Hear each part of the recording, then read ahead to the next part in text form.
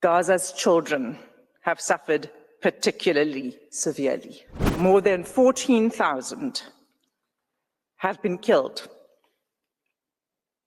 Thousands more have been injured or lost family members. Nearly all of Gaza's children have been exposed to traumatic experiences, the consequences of which will last a lifetime.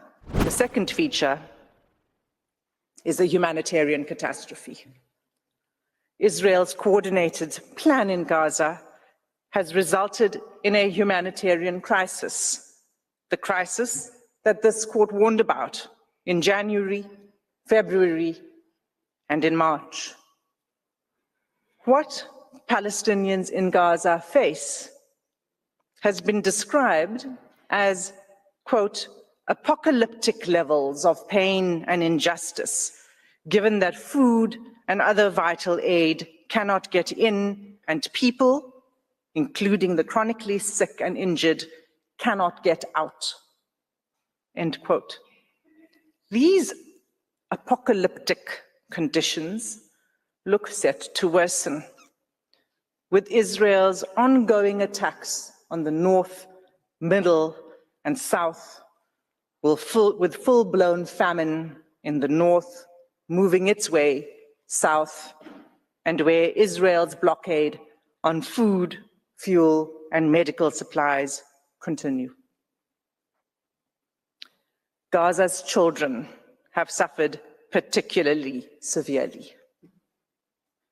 More than 14,000 have been killed.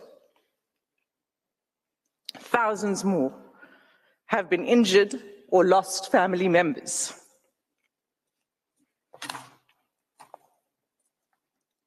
While an estimated 17,000 children are unaccompanied or separated.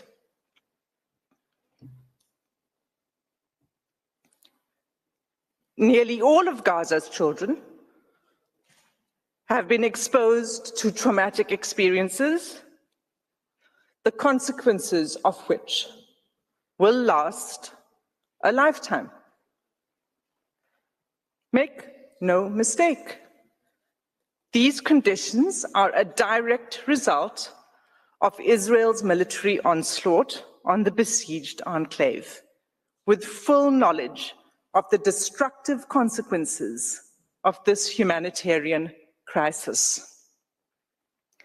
In these circumstances, the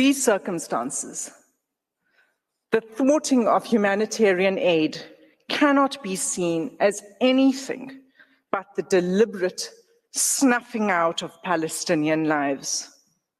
Starvation to the point of famine, obstructing aid in the face of famine, and killing of at least 200 aid workers. For the court's previous orders to be effective, for the provision of humanitarian aid urgently and at scale, Israel has to be ordered to stop its military offensive.